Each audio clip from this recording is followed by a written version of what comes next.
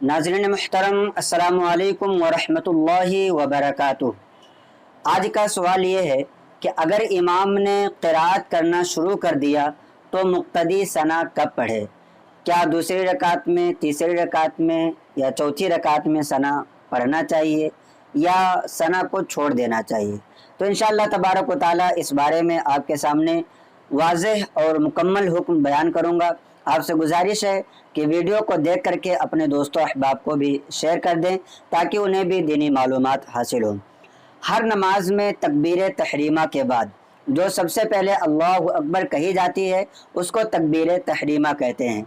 तो हर नमाज में तकबीर तहरीमा के बाद सना पढ़ना ये सुन्नत है। क्या है? सुन्नत है। अगर नमाज में, मैंने कल ही के वीडियो में आपको बताया था कि अगर नमाज में कोई सुन्नत छूट जाए तो ऐसी सूरत में नमाज में कोई असर नहीं पड़ता है, अलबत्ता सवाब में थोड़ी सी कमी आती है, नमाज हो जाएगी, इसमें कोई हरज नहीं है। आला हज़रत इमाम अहमद रज़ा रदियल्लाहु ताला अन्हु फतावा रज़विया में इरशाद फरमाते हैं कि पूरा सना पढ़ना सुन्नत है।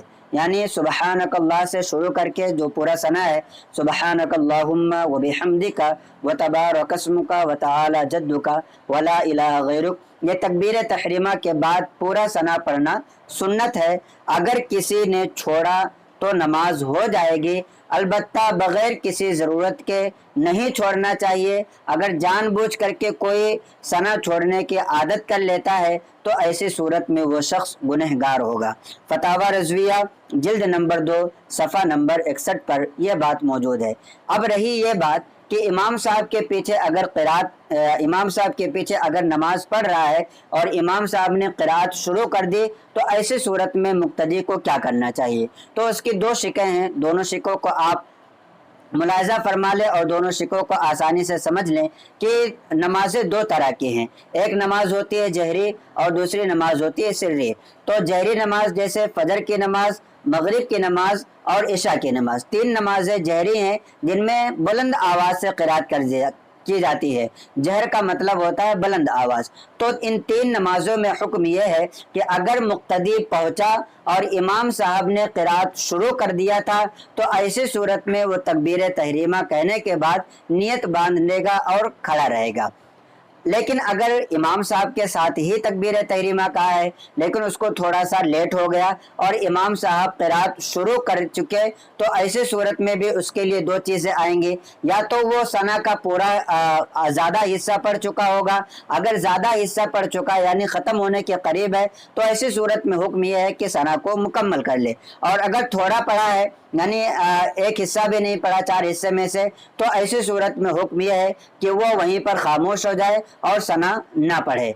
ये तो हो गया जहरी नमाज में अगर इमाम साहब ने क़िराअत शुरू कर दी हो तो ऐसी सूरत में यह मसला है कि अगर इमाम ने क़िराअत शुरू कर दी तो मुक्तदी को चाहिए कि वो खामोश हो जाए। अब उसको ना तो दूसरी रकात में पढ़ना है और ना ही तीसरी चौथी रकात में, किसी रकात में नहीं पढ़ना है। उसकी नमाज ऐसी सूरत में हो जाएगी और ना तो उस पर कोई सजदे सौ वगैरह लाजिम होगा। अब रही बात सिर्री नमाज की कि सिर्री नमाज में मुक्तदी को क्या करना है। सिर्री नमाज में तो इमाम साहब क़िराअत करते हैं लेकिन मुक्तदी को कुछ भी सुनाई नहीं देता है। तो अब ऐसी सूरत में फ़ुक़हा किराम ये फरमाते हैं कि सिर्री नमाज में मुक्तदी को इख्तियार है, यानी उसको इख्तियार है, अगर चाहे तो वो सिर्री नमाज में सना को पढ़ ले और अगर चाहे तो ना पढ़े।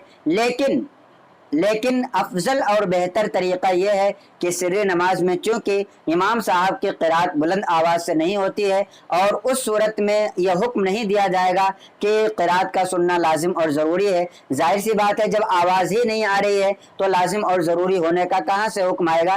तो ऐसी सूरत में बेहतर और अफजल ये है कि मुक्तदी जो है चाहे पहली रकात में आए या दूसरी, तीसरी, चौथी, किसी भी रकात में आए तो वो सना पढ़ना उसके लिए अफजल और बेहतर है। लेकिन अगर कोई शख्स ये सोच करके कि अगरचे इमाम साहब की आवाज़ नहीं आ रही है लेकिन इमाम साहब क़िराअत शुरू कर चुके हैं और वो नहीं पढ़ता है, सना को नहीं पढ़ता है, तो ऐसी सूरत में भी उसकी नमाज हो जाएगी, उसकी नमाज में कोई ख़राबी नहीं आएगी। तो ये सारी चीज़ें हैं। अगर आपको यह मसला समझ में आया होगा تو اپنے دوستوں احباب کو بھی زیادہ سے زیادہ شیئر کریں اور ان مسائل پر آپ عمل کریں، اور میرے لیے بھی دعا کریں کہ اللہ تبارک و تعالی زیادہ سے زیادہ وقت دے تاکہ میں آپ لوگوں کے سامنے زیادہ سے زیادہ اس طریقے کے مسائل لانے کی کوشش کروں۔ السلام علیکم ورحمۃ اللہ وبرکاتہ۔